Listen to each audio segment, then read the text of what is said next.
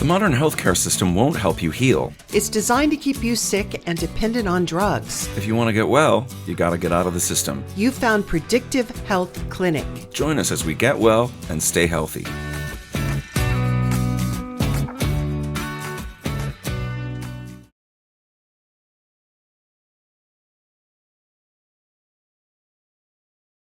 I am joined today on the Predictive Health Clinic by Dr. Stephen Hussey. I interviewed Stephen a couple of years ago with Dr. Phil Ovadia's show, Stay Off My Operating Table, and what he had to say there was so intriguing. I knew he'd be a great guest to have back. So, Stephen, thanks for joining us. I'm happy to be here. Thanks for having me. As you know, this is a very issue-oriented show. So what specific health issue do you want to address today? The one I'm most familiar with, I'd say, and one I have had my experiences with is heart disease. Heart disease. All right. Tell us, why did you get interested in heart disease? You know what? I'm going to back up. I'm going to back up one step. Go into a little more detail. Heart disease is a great big field with a very nebulous boundaries of definition. Define that a little more detail for us. Yeah. When you say heart disease, I guess when it's spoken about a lot, people are talking about atherosclerosis, which is plaque forming in arteries. And that commonly happens in the heart arteries, but it happens in other places too. But yeah, heart disease in general, the term could mean heart attack. It could mean heart failure. It could mean heart arrhythmias, lots of different things, or I guess representations of diseases or ailments of the heart. I think what's most commonly talked about again is that plaque forming in the arteries, because it's thought that is something that will predispose you to more serious forms of heart disease like heart attack or stroke or things like that. All right. So is it that specifically that we're gonna address today? Yeah, I mean, that's the popular one. That's the one that people like to talk about. It's the one I think is most misunderstood as well. All right. What got you interested in this? Yeah, it's my own personal health journey, like most people who would be interested in something like this and have delved into it as deep as I have. I had a lot of inflammatory like conditions as a child, lots of chronic disease, everything from asthma to allergies to I used to break out in hives all over my body. I had irritable bowel syndrome. And no doctor could really tell me. Yeah, as a kid, young child, started from the age of probably 2 and really through middle school, it was the worst, I'd say. And then at age 9, I was diagnosed with type 1 diabetes, which the theory is that's autoimmune and that your body's attacked the cells that make insulin. And again, I think there's different things going on, but that's the main theory. And so regardless, I don't make insulin anymore. And that makes it harder to control blood sugars. And that's very different than type 2 diabetes, where you're making insulin, but you're not responding to it. This is where I'm not making any insulin. And so I learned going to doctors as a child heavily predisposed me to diseases of the vascular system or heart disease, atherosclerosis, plaque forming in arteries, and damage to small arteries in the body, where it's the eyes or the kidneys or the extremities and things like that. And I was always pretty curious about that kind of stuff, especially as I started learning in college and in medical training and those types of things. I always was curious about the heart and heart disease and how I could prevent this, or at least investigate what causes it. And along the way, I learned a lot of the conventional wisdom about it. And then along the way, I learned a lot of unconventional wisdom about it that really led me to the answers that I was seeking. All right, before we get to the answers, let's talk about the big popular misconceptions. What are some of the biggest popular misconceptions about heart disease? The biggest one, the one that most people are probably at least somewhat aware of, is that the idea is that, a high fat diet, high animal food diet, red meat, cholesterol is driving heart disease. And that's a huge misconception. There was never any real sound evidence behind that idea. That idea was driven by some poorly done science in mainly by a guy named Ansel Keys, but also others. And there was, again, really no evidence for it. There was a lot of push from industry for that idea, push from sugar and grain industry, push from pharmaceutical industry, which had a drug that could lower cholesterol. So if you convince people that cholesterol causes heart disease, you can sell a lot of drugs, by that thinking. Okay, hold on. Let's back up a minute. You said that it was driven by bad science, starting with Ansel Keys in the 50s. Most people in this small arena of folks who have been hyper-focused on metabolic health have Mhm. heard that. But Mhm. if you haven't been inside that particular arena over the last several years, this might be news to you. So Mhm. I'd appreciate it if you'd take just a few minutes, if you can, and expand on that. I mean, it is basically gospel in the modern world today that you've got to eat a low fat diet, avoid red meat, lots of grains, and so forth Mhm. and so on. And you say that that originated with bad data. Yeah. Expand on that if you would. Not only bad and very low quality science as far as the hierarchy of science goes, but also there was a lot of manipulation of data within that science. The lowest tier of research is called epidemiology, and it's basically associational research, where they're just seeing basically if two things are happening at the same time, if you can observe them at the same time, right? But you cannot prove that one is causing the other. So the example I give is, and there's tons of these you could give, but if you're standing on the sidewalk and you see a traffic jam in front of you, all the cars are backed up, and you also see that it's cloudy, most people would say they know you can't make sense of saying that the clouds caused the traffic jam or the Right. traffic jam caused the clouds. You would have to consistently create clouds or create traffic jams to see if it caused the other. And even then, you don't know the mechanism by which one would cause the other. And so most of the studies that are behind this theory that cholesterol causes heart disease were associational studies. Oh, people with or countries with higher levels of cholesterol have more heart disease, but that does not mean that one is causing the other or vice versa. Right. And so that's what most of our nutritional research is based on, is those types of studies, because it's very expensive to do any other clinical trials or other more rigorous research. And so all the studies that say red meat is bad or that grains are good or things like that are all based on these types of studies, which are very poor quality, and nutrition Which are recommendations. basically clouds cause traffic jam type of studies. Exactly. And there are Okay. many flaws in these types of studies, and I can go through those if you like, as far as specific details of why they're problematic and why they shouldn't be used to make recommendations. But they're really supposed to be used to find the associations and then take those associations and test them more rigorously in controlled trials and things and see if they are causing the other. But that's usually never done, like I said, because it's very expensive to do that. And so those are the types of studies that originally created this theory.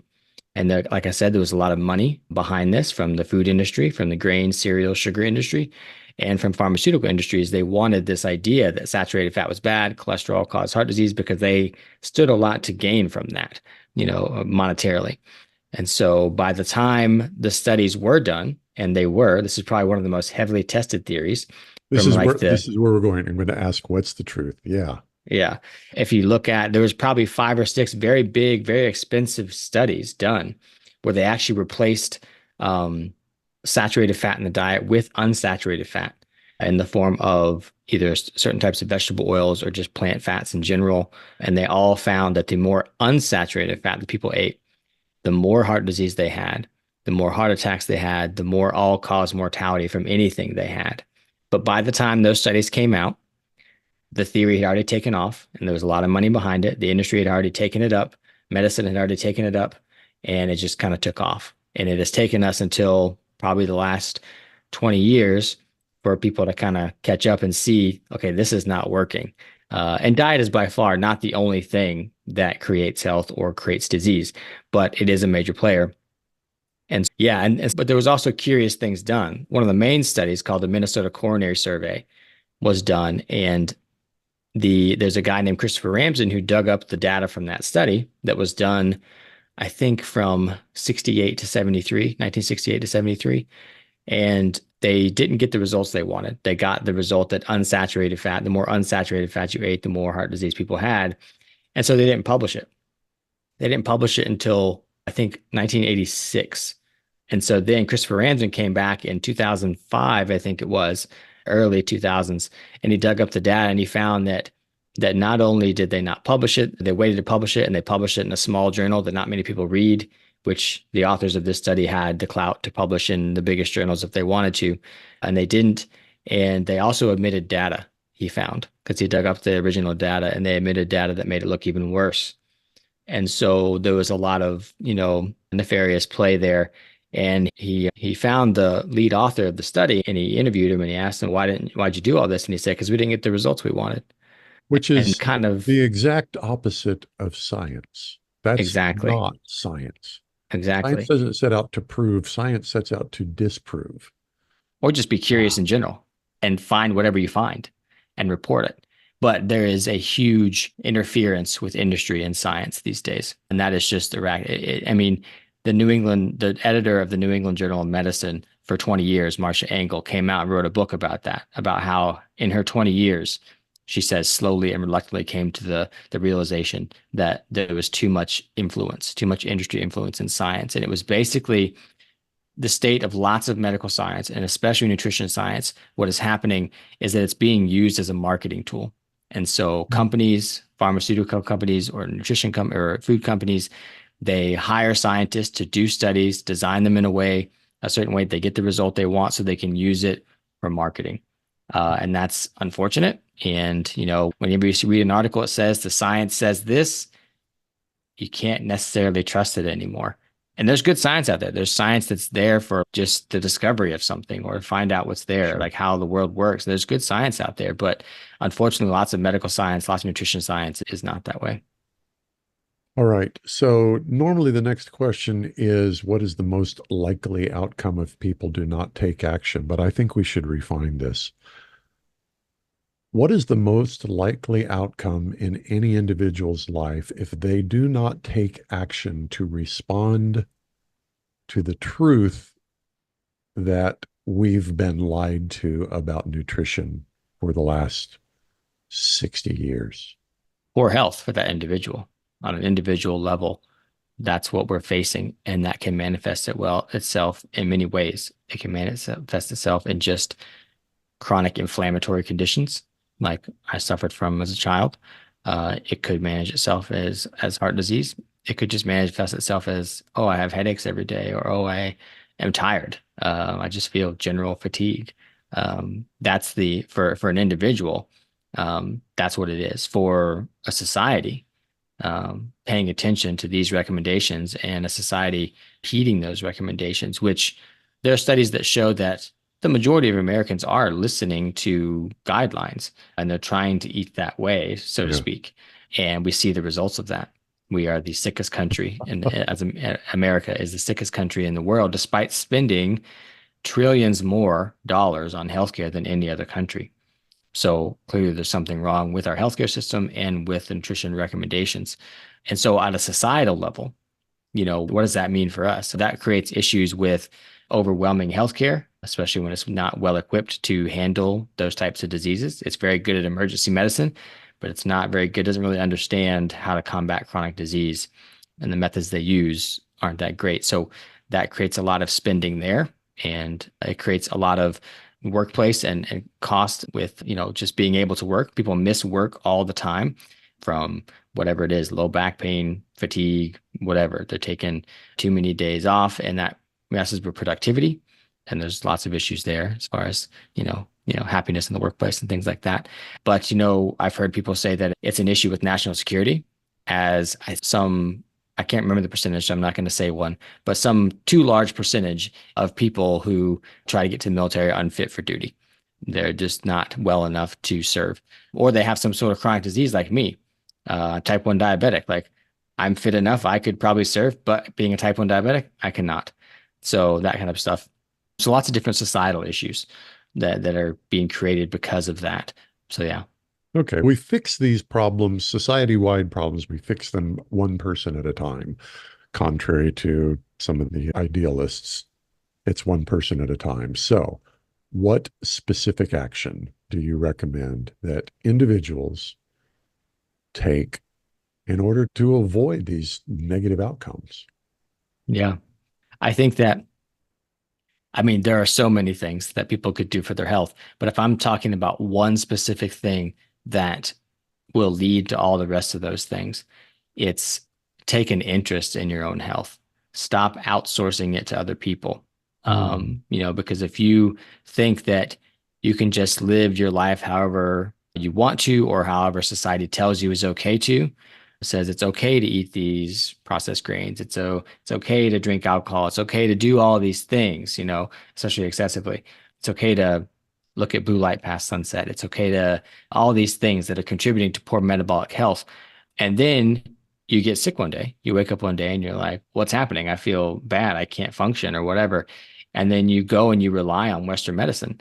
You go to the doctor and you say, what's wrong with me? And you're going to find most of the time that they don't have the answers, or their answers are short-term fixes without fixing the underlying problem, leaving you with more long-term illness as it gets worse and worse. And so that's outsourcing your health. Instead of doing that, you've got to become interested in it yourself. You got to realize that no one's going to care more about your health than you do.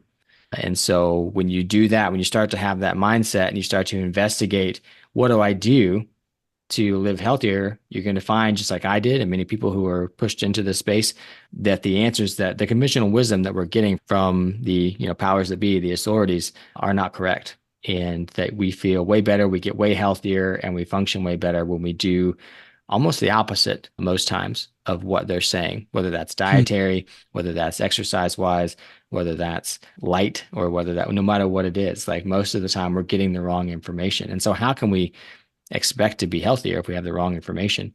And, sometimes I like to pose it as a form of inherited wealth.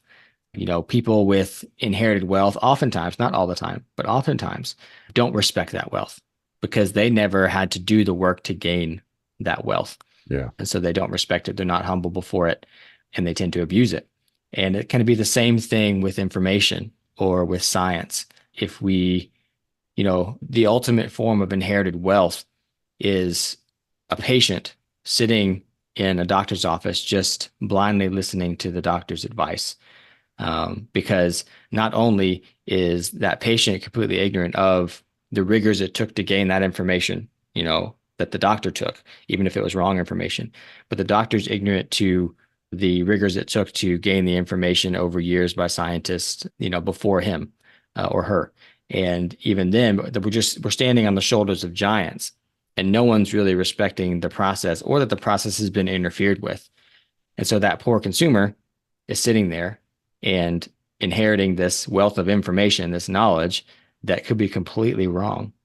And without going through the rigors of gaining that information yourself, then you don't gain the wisdom and the knowledge that you gain when you go through that process. Does that make sense? It does, but I'm going to push back on you. Okay. It sounds like you're advocating for everybody to become a medical expert. I would say yes, I am. So let's narrow it down, because that's a big field. We started off by talking about heart disease in particular. Mm-hmm. So what if people want to avoid or recover from heart disease? What do they do? And obviously starts by taking responsibility for your own health. But then what's the next step after that? Yeah, there are lots of steps. And I'm going to start answering that question by addressing your small bit of pushback just a little bit, in that, because when you say people need to become medical experts, and I say yes, people are just like, they're overwhelmed. They're like, I'm not a doctor, right? Absolutely. However, and I'm not saying that there's no place for medicine, but look at the results that it's getting us. Look at the people who are supposed to be the smartest about our health. Look at the results that's getting us. Yeah. And from a personal experience, people who are familiar with my work know this. I had a heart attack. I had atherosclerosis in my leg from a procedure that they did addressing the heart attack. And I followed almost none of their recommendations. I did not take any of the medications they recommended, even though there was about 6 they told me I'd take the rest of my life. And I completely healed my heart within 3 months. And I reversed atherosclerosis in my leg without doing any of their recommendations. Now, I'm not saying that people should just go do that. I'm not saying that's going to be the same for everybody, because it's not. However, there are other ways of thinking about this, and they don't hold a stranglehold on the information. There's other information out there. It sounds like what you're saying is the next step after taking responsibility for your own well-being is to start questioning the conventional understanding. Mm. Be active and intentional about questioning the conventional understanding. I'm just going to throw this in here. I'm interviewing a guy later on this afternoon who was the principal author on a report in the Journal of Nutrition about a longitudinal study of the health of nurses, a 31-year long study. And the gist of the study showed that the more compliant these nurses were with the government's recommendations, the higher the percentage of obesity was. The less compliant they were in terms of government guidance, the less obese they were. Yeah. And that brings up a interesting point for me that I've been making recently, is that in an emergency situation, life or death situation, the emergency room, a modern day hospital, is the absolute best place for you to be, hands down. They will save your life. They can do miraculous things. The moment that you're stable and there's no threat of you falling back into being unstable, the hospital is the absolute worst place for healing. And that because of so many things. One, because there's lots of artificial light around and there's not enough sunlight or access to nature. Two, they're feeding you terrible food. And most people who've been in the hospital know how terrible the food is, because it's following those guidelines. They're working, they're waking you up multiple times a night, not letting you get that restful sleep. Plus your sleep's disrupted from, the artificial light. There's lots of electromagnetic fields everywhere.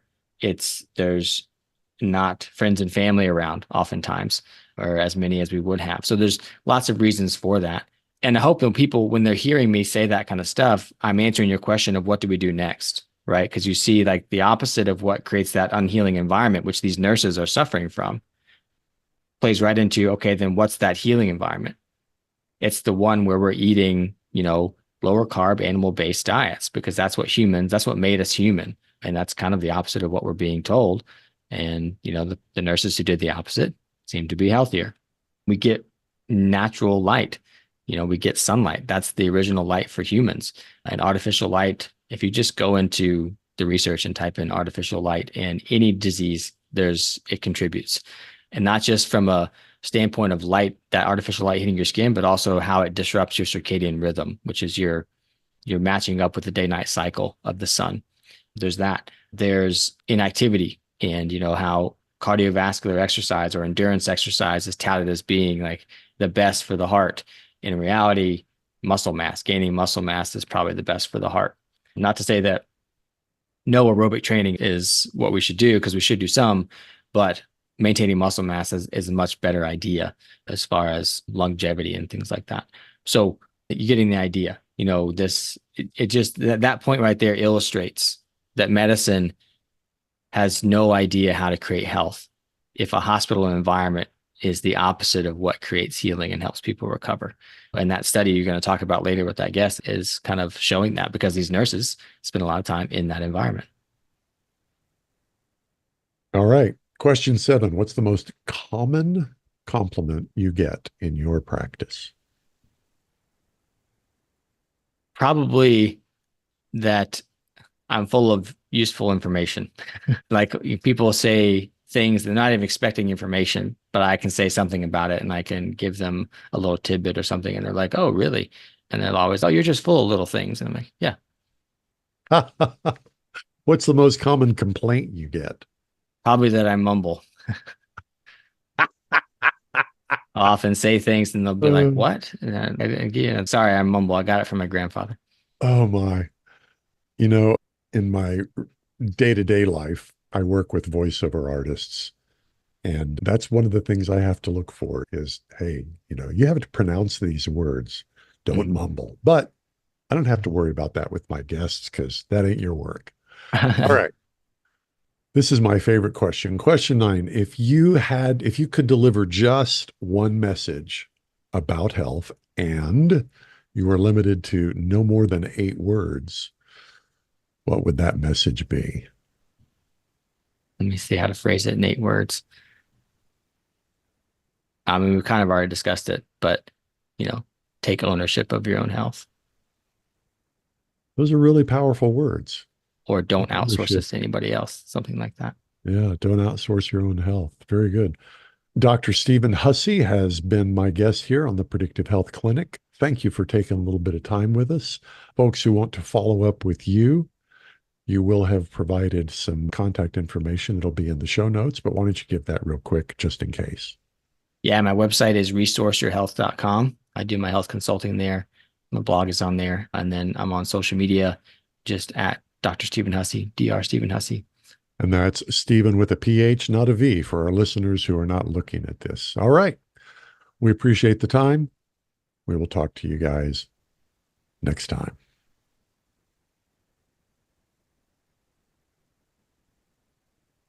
Oh, good Lord.